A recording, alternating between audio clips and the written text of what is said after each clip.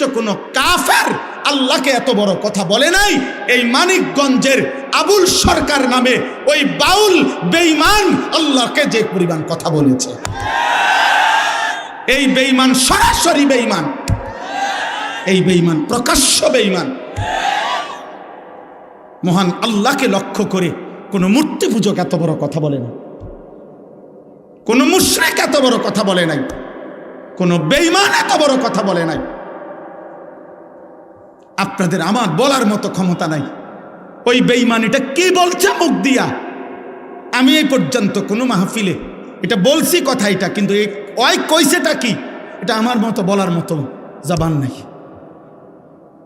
আপনারা শুনেন ওই কি বলছে, ও আল্লাহকে লক্ষ্য করে কি বলছে। হায় আমার এই 92-95 ভাগ মুসলমানের এই পবিত্র বাংলাদেশে মুসলিম পরিচয় দিয়ে বাউল গানের নামে একজন বেঈমান এত বড় জঘন্য কথা, সে পরিষ্কার বলতেছে আল্লাহর ব্যাপারে এত জঘন্য কথা কল্পনাও করা যায় না। কোরআনের এই পরিমাণ বিকৃত ব্যাখ্যা।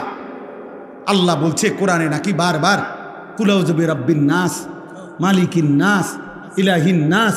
আল্লাহ বলছে বারবার শুধু নাস, শুধু নাস, শুধু নাস।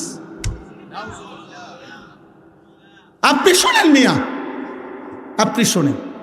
আমি ব্যক্তিগতভাবে সারা দেশ জানে আমি কোনো রাজনীতির মানুষ না। আমার এই এলাকার মানুষও জানে আমি আজকে 10 বছর এই এলাকায়, আমি কোনো রাজনীতির মানুষ না। আমি রাজনীতির ভালো মন্দ বুঝিও না এতটা, কিন্তু আমি একটা রাজনীতির কোনো হিসাব বুঝি না। এটা নিয়ে দল টানাটানির বিষয় না, এটা দল টানাটানির বিষয় না। অন্য বাউল কি বলছে না বলছে এটা তাদেরও ব্যাপার না, বাকিদের বিষয়ও না। এটা শিল্পীরা কি বলছে সেটা তাদেরও বিষয় না। কিন্তু এই বেঈমান আবুল সরকার নামে যেই বেঈমান, যেই মুশরিক আল্লাহকে বিদ্রুপ করেছে, এর ফাঁসি, এর ন্যায্য বিচার, এর রাষ্ট্রীয় বিচার বাংলার জমিনে হতেই হবে। এটা হতেই হবে।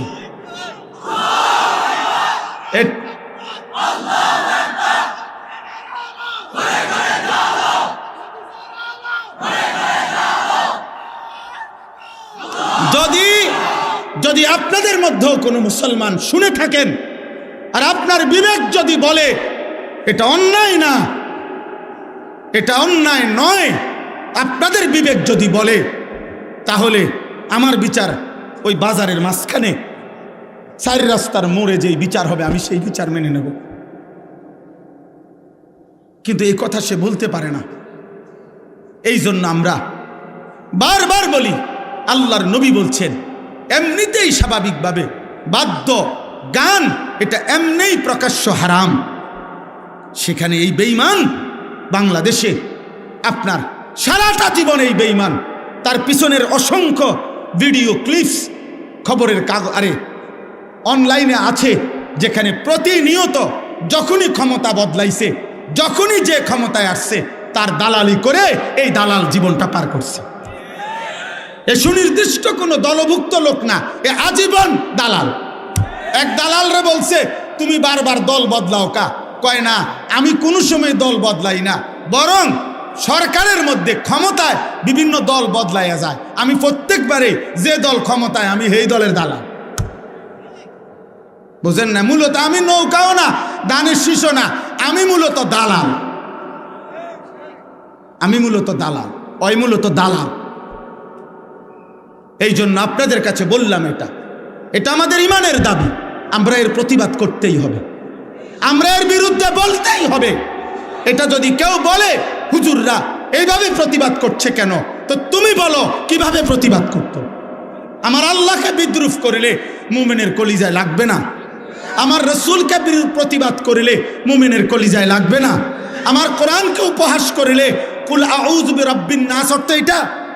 আপনাদের বিবেক বলে এটা আল্লাহ নাচতে বলছে, তো ওইটা কি বললো, ও কি বললো এটা? আল্লাহ তাআলা আমাদেরকে মাফ করে দেন।